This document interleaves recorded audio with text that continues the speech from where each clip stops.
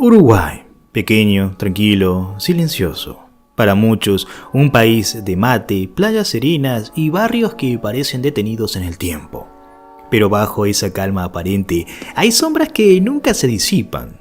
Casos que la justicia nunca resolvió, criaturas que nadie debió haber visto, rituales olvidados, desapariciones sin lógica, ecos de voces que aún se escuchan en la noche. Este no es el Uruguay que aparece en las postales, este es el Uruguay que muchos prefieren ignorar. Hoy voy a mostrarles los misterios más inquietantes y perturbadores de este país. Y les digo algo, después de ver este video, ya no van a mirar a Uruguay con los mismos ojos. Damas y caballeros, hoy veremos los 7 misterios y casos más inquietantes y perturbadores de Uruguay.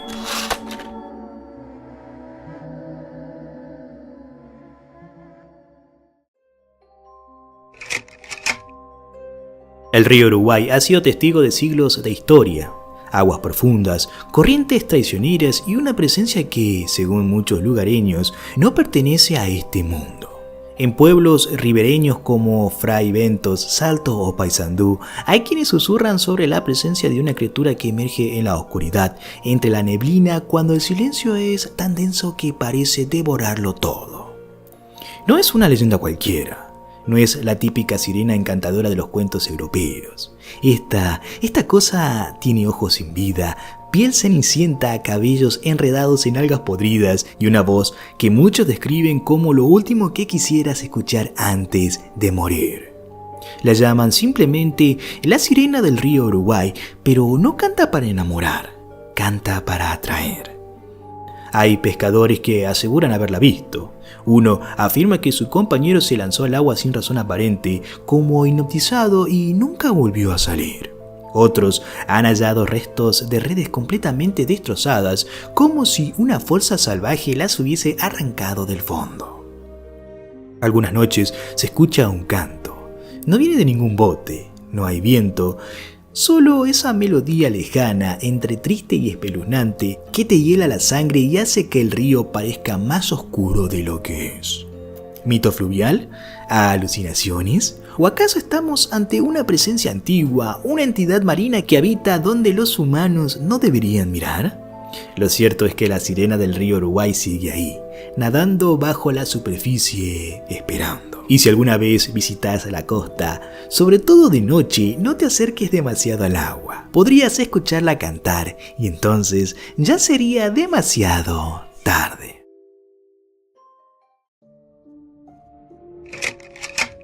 Montevideo, año 1923.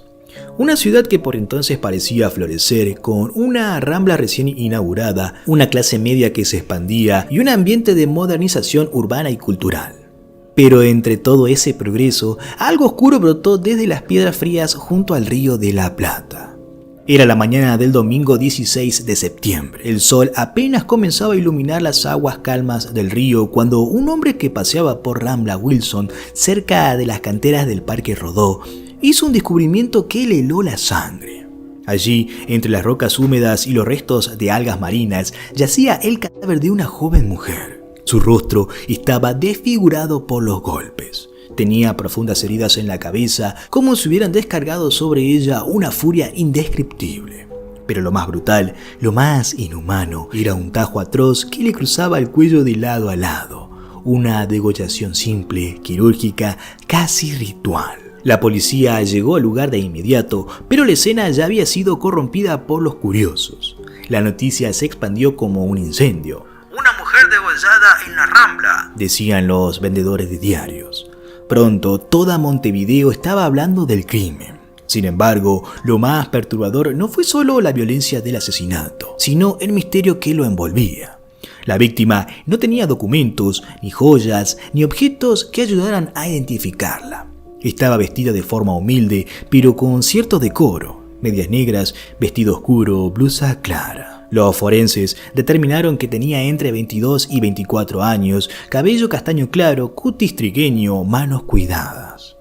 No parecía una indigente, pero tampoco una mujer de la alta sociedad. Era sencillamente una sombra sin nombre. Y así fue como quedó, sin nombre. Durante semanas, la policía publicó su retrato en todos los diarios, circulando versiones, teorías, rumores. ¿Una venganza? ¿Un crimen pasional? ¿Una extranjera? Nada. Nadie la reclamó. Nadie la reconoció. La ciudad entera comenzó a sentir que la muerte había traído un fantasma que no podía ser enterrado. Don Tácito Herrera, un jefe de policía respetado, tomó las riendas del caso con firmeza. Interrogó a más de 50 personas. Se difundieron descripciones físicas, se buscó en hoteles, hospedajes, prostíbulos, hospitales, pensiones. Se ofreció una recompensa, pero el tiempo pasaba y el silencio crecía. El cadáver fue enterrado en el cementerio del Buceo, bajo una lápida sin nombre. Solo se la recuerda por cómo murió, no por quién fue. Con los años, el caso se volvió una leyenda urbana. Algunos dicen que su espíritu vaga por la costa en las noches de tormenta. Otros, que su asesino fue alguien poderoso y que por eso nunca se lo encontró. Más de 100 años después, la degollada de la Rambla Wilson sigue siendo una herida abierta en la historia criminal del Uruguay. Un crimen frío, salvaje, envuelto en sombras y condenada al olvido.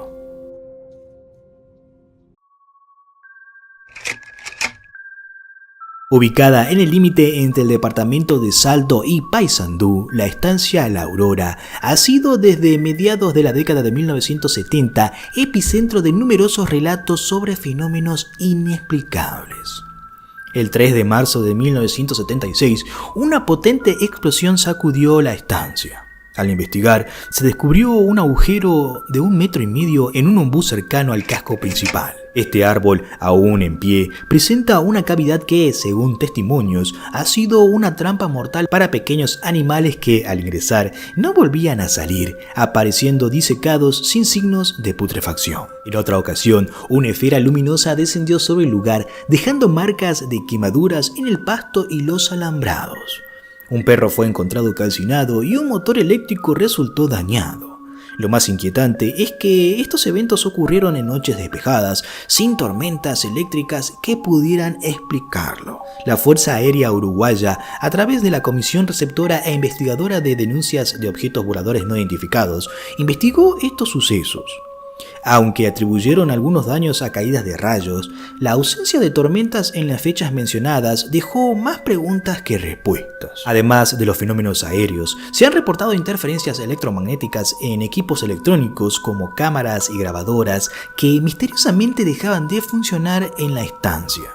Visitantes y trabajadores han compartido experiencias de luces extrañas, sensaciones de energía inusual y encuentros que desafían la lógica. La estancia también es conocida por la Gruta del Padre Pío, construida por la familia Tona, propietarios del lugar en honor al santo italiano. Este sitio ha atraído a peregrinos y curiosos, fusionando la espiritualidad con el misterio que envuelve a la Aurora.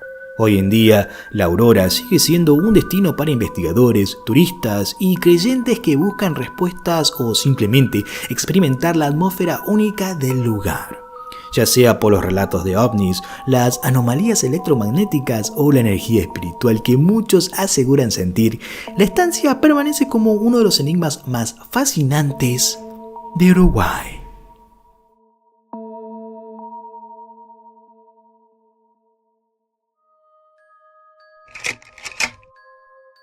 En Montevideo, en la intersección de la avenida Agraciada y Joaquín Pereira, existió una casa imponente de esas que parecen arrastrar el tiempo como si fuera un manto de polvo y secretos. Se la conoció durante décadas simplemente como la Casa de la Degollada, y aunque hoy solo quedan ruinas y susurros, hay quienes todavía sienten algo que permanece. A mediados del siglo XIX, esa casona pertenecía a un hombre poderoso y respetado, el Dr. Arenas, un abogado prestigioso de porte distinguido que, según se decía, arrastraba una sombra antigua. Pero nada parecía fuera de lugar, hasta que contrajo matrimonios con Merceditas Aguirre, una joven bellísima, culta, de apenas 20 años. La diferencia de edad entre ambos fue tema de charla entre los vecinos, pero lo que realmente llamó la atención fue el cambio repentino que se notó en la joven tras la boda. De un día para otro, Merceditas dejó de mostrarse por los ventanales. Ya no caminaba por los jardines ni saludaba a los criados como solía hacerlo. Cuando alguien preguntaba por ella, el doctor Arenas respondía con una sonrisa tensa que su esposa había viajado a Europa a estudiar, como corresponde a una mujer de su inteligencia y sensibilidad, decía. Pero algo no cerraba. Nunca hubo cartas, ni postales, ni siquiera rumores de su regreso. Con el tiempo, el propio doctor Arenas desapareció. Así, sin explicaciones. Se evaporó como un espectro, dejando la mansión vacía a cargo de criados desconcertados. Nadie supo si murió, si huyó o si se escondía. Años más tarde, otra familia adquirió la propiedad. Durante una remodelación, uno de los obreros golpeó accidentalmente una pared de la antigua biblioteca. La pared resonó hueca. Al derribarla, descubrieron una escena de horror indescriptible. Detrás de esos ladrillos mal puestos, yacía el cuerpo momificado de una mujer vestida de blanco, sentada como si aún esperara algo o a alguien. Su cuello completamente cercenado. Su rostro, aún con la expresión congelada de su espanto eterno. Era Merceditas. La noticia conmocionó a Montevideo. Los diarios no tardaron en apodar la vivienda como la casa de la degollada.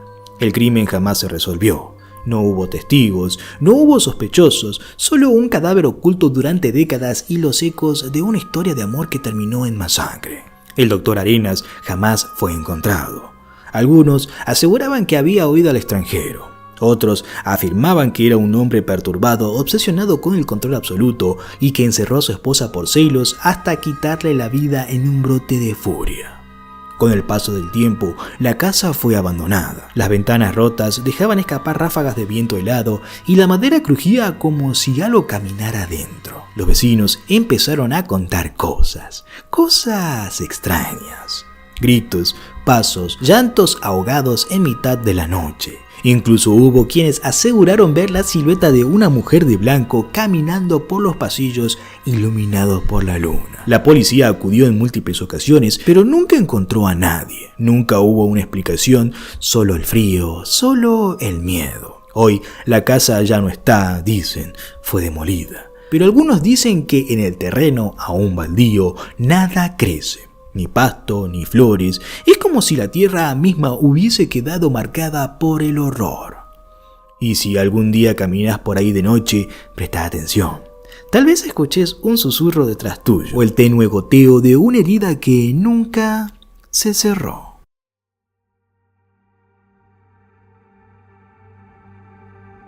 Ubicado en el barrio Prado de Montevideo, el Museo Juan Manuel Blanes es uno de los sitios más emblemáticos de la capital uruguaya.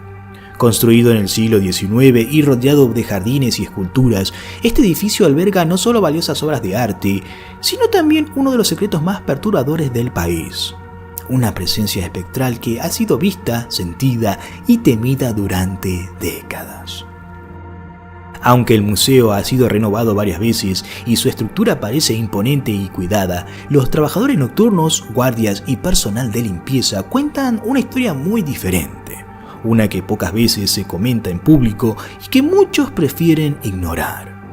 Desde los años 70 se han reportado avistamientos de una figura femenina vestida de blanco que camina lentamente por los pasillos del museo. No es un maniquí. No es una escultura y definitivamente no está viva. Se la ha visto atravesar paredes, desaparecer frente a los ojos de los testigos y, lo más aterrador, dejar un rastro de olor a flores marchitas como si la muerte caminara tras de ella. Uno de los vigilantes más antiguos relató que al verla una noche cerca del Salón de las Esculturas, intentó seguirla, pensando que era una intrusa. Pero al acercarse, la figura giró lentamente la cabeza y reveló un rostro pálido, sin ojos, como si su rostro hubiese sido borrado por el tiempo. El vigilante abandonó su puesto ese mismo día y nunca más volvió a trabajar.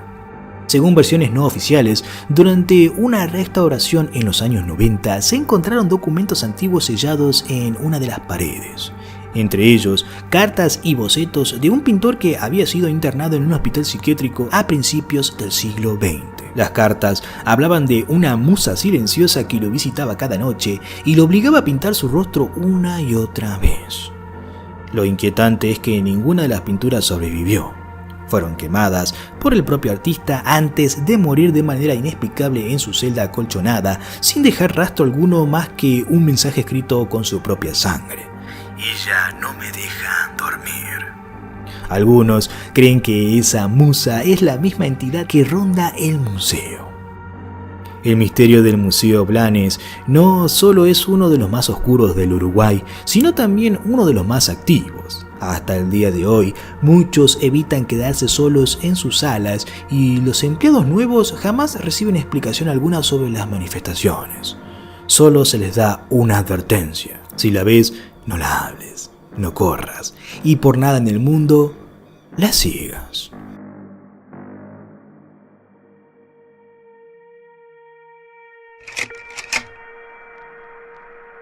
En el corazón del barrio Pocitos, en Montevideo, se erige el antiguo convento y liceo de Nuestra Señora de la Misericordia. Este lugar, que en el pasado funcionó como un convento y colegio para mujeres, está envuelto en una de las leyendas más perturbadoras de Uruguay, la monja sin cabeza. Cuenta la leyenda que en tiempos pasados existían túneles secretos que conectaban este convento con el colegio San Juan Bautista, ubicado justo enfrente. A través de estos pasadizos, una joven monja y un sacerdote comenzaron a encontrarse en secreto, desafiando las estrictas normas de su fe y de la época. Su amor clandestino floreció en la oscuridad hasta que fueron descubiertos por la Madre Superiora. Como castigo, la monja fue encerrada en una diminuta celda, apenas iluminada y con escasa comida y agua, obligada a meditar en silencio sobre sus pecados. El sacerdote, por su parte, fue expulsado del colegio y nunca más se supo de él. Sumida en la desesperación y el aislamiento, la joven monja decidió quitarse la vida. Una mañana, una de las hermanas encontró su cuerpo colgado con las sábanas de su catre, el cuello roto y una expresión de profundo sufrimiento en su rostro. La Madre Superiora ordenó retirar el cadáver en secreto y prohibió hablar del incidente. Sin embargo, la historia se filtró y dio origen a esta leyenda. Hoy en día, el convento funciona como escuela y hay quienes afirman haber visto el fantasma de la monja deambulando por los pasillos después del atardecer. Se dice que, a partir de las 6 de la tarde, se oyen melodías tristes provenientes del salón de música, donde el piano comienza a tocar solo. Lo más escalofriante es que quienes han visto la figura aseguran que le falta la cabeza. La leyenda de la monja sin cabeza es un recordatorio de cómo el amor prohibido y la represión pueden dejar cicatrices imborrables incluso más allá de la muerte.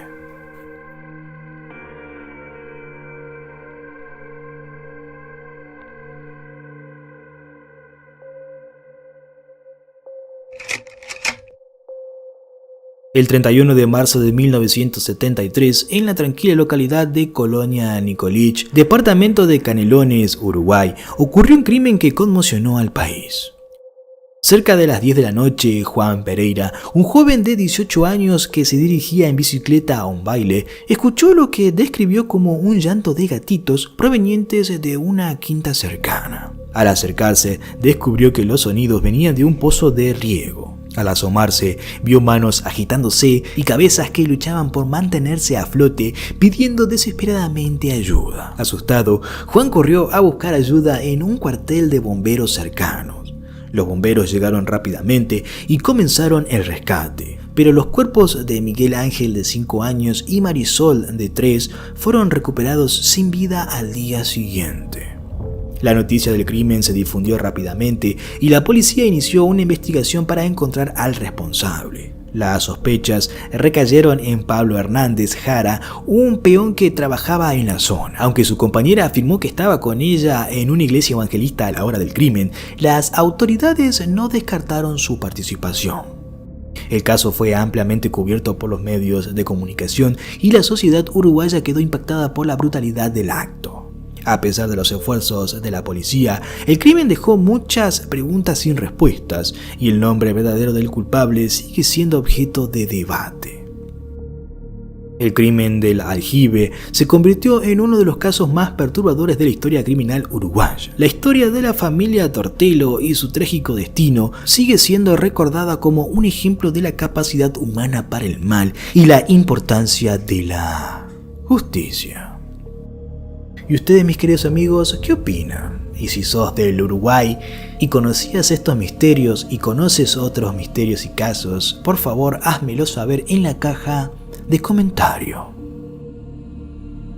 Si el video te gustó, por favor dale un pulgar arriba y compártelo con un amigo. Si es la primera vez que ves un video mío, por favor suscríbete y activa la campanita para que estés atento a todos mis videos. En la caja de comentarios estarán mis redes sociales, agrégame si quieres, sobre todo en TikTok e Instagram, que estoy subiendo uno que otro reel. También está el link de Discord, pero está un poco inactivo, así que si quieren que lo reactivemos, únanse.